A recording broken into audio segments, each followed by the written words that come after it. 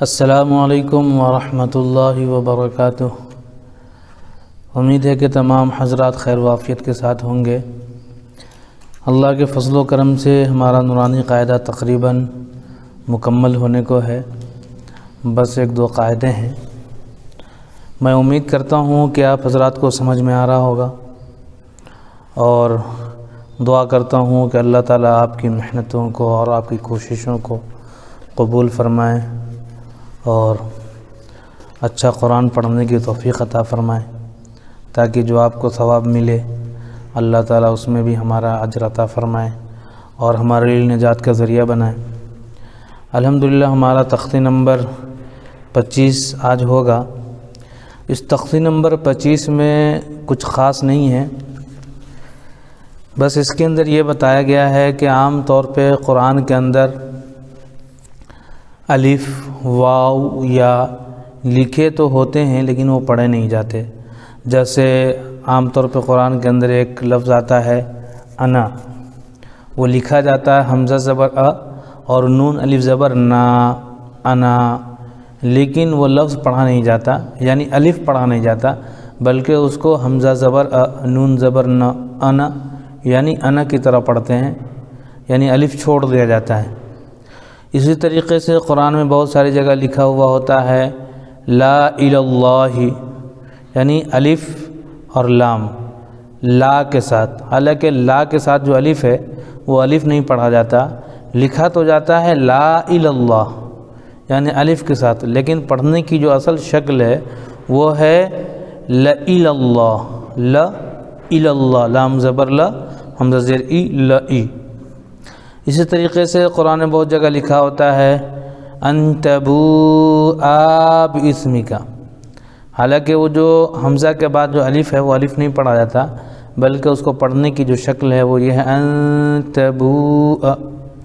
اسی طریقے سے قرآن میں لکھا ہوتا ہے من نبائی، یعنی الف کے ساتھ، لیکن اصل جو پڑھا جاتا ہے وہ من نبئی، یعنی الف چھوڑ دیا جاتا ہے، الف کو نہیں پڑھا جاتا۔ اسی طریقے سے قرآن میں اور جگہ ہوتا ہے لکھا جو ہوتا ہے وہ الف کے ساتھ ملائہی، لیکن وہ الف جو ہے لام الف زبر لا والی الف، وہ الف نہیں پڑھی جاتی، صرف لام پڑھا جاتا ہے۔ وہ کیسے؟ ملائہی جو اصل شکل ہے۔ اسی طریقے سے ولا اوزعوا لکھا ہوتا ہے، لیکن جو پڑھنے کی اصل شکل ہے وہ ہے ولا اوزعوا، یعنی الف کو نہیں پڑھ کے ڈائریکٹ لام اور حمزہ کو پڑھیں گے، وَلَأَوْ، واو زبر و، لام زبر لا، حمزہ واو زبر او، وَلَأَوْ۔ اسی طریقے سے لکھا ہوتا ہے ثمودا، لیکن پڑھا جاتا ہے ثمود۔ اسی طریقے سے لکھا ہوتا ہے لِتَتْلُوَا، لیکن پڑھا جاتا ہے لِتَتْلُوَا۔ لَن نَدْعُوَا لکھا ہوتا ہے لیکن پڑھا جاتا ہے لَن نَدْعُوَا۔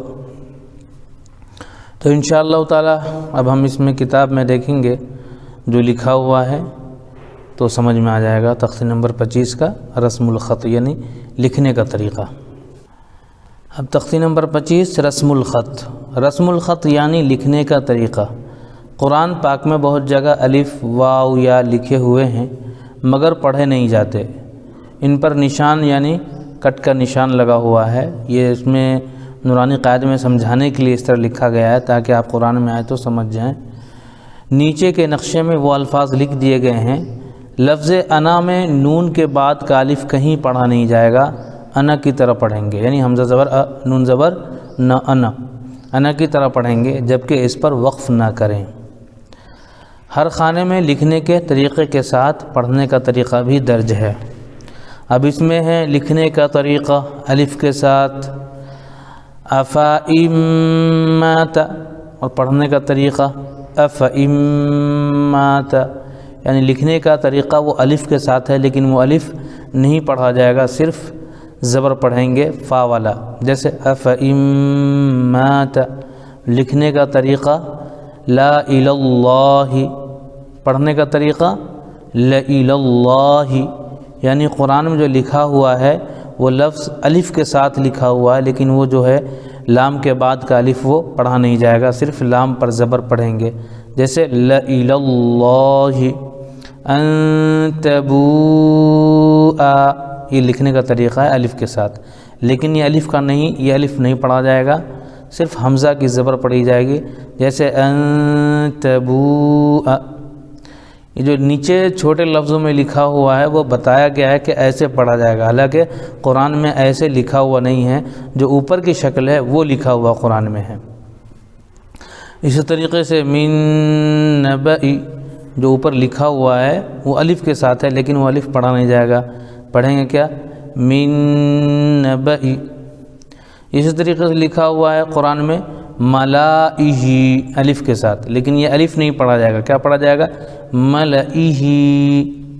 اسی طریقے سے یہاں پہ لکھا ہوا ہے قرآن میں الف کے ساتھ ولا اوضعوا، لیکن یہ الف نہیں پڑھیں گے بلکہ ولا اوضعوا، ولا اوضعوا اور ولا اوضعوا میں فرق آپ کو سمجھ میں آ گیا ہوگا۔ اسی طریقے سے ہے ثمودا، یہ لکھنے کا طریقہ ہے الف کے ساتھ، لیکن یہ الف نہیں پڑھا جائے گا، کیا پڑھا جائے گا؟ ثمود۔ اس طریقے سے لکھنے کا طریقہ ہے لتتلوا، یہ قرآن میں لکھنے کا طریقہ ہے، لیکن پڑھنے کا طریقہ ہے لتتلوا۔ لن ندعوا، یہ لکھنے کا طریقہ ہے الف کے ساتھ، لیکن یہ الف کو نہ پڑھیں گے بلکہ لن ندعوا۔ اسی طریقے سے لکھا ہوا ہے الف کے ساتھ لشیئن، یہ الف نہیں پڑھا جائے گا، لشیئن پڑھیں گے، الف ختم ہو جائے گا۔ اس طریقے سے لکھا ہوا لیکن، لیکن یہ الف نہیں پڑھا جائے گا بلکہ پڑھیں گے لیکن۔ لکھا ہے قرآن میں لا اذبحنہ، لیکن یہ لام کے بعد کے الف نہیں پڑھیں گے بلکہ پڑھیں گے لا اذبحنہ۔ اس طریقے سے ہے لیربوا فی، یہ قرآن میں لکھا ہوا ہے لیکن پڑھا جائے گا لیربوا فی بغیر الف کے۔ اسی طرح لکھا ہوا ہے الف کے ساتھ لا الی الجحیم، لیکن صحیح جو پڑھنے کا طریقہ ہے وہ بغیر الف کے لا الی الجحیم۔ اسی طریقے سے لیبلوا، الف کے ساتھ لکھا ہوا ہے لیکن الف نہیں پڑھا جائے گا بلکہ لیبلوا، واو کی زبر کے ساتھ صرف پڑھیں گے۔ نبلوا، واو کے بعد الف کے ساتھ لکھا ہوا لیکن الف نہیں پڑھیں گے بلکہ نبلوا، صرف واو کی زبر کے ساتھ پڑھیں گے۔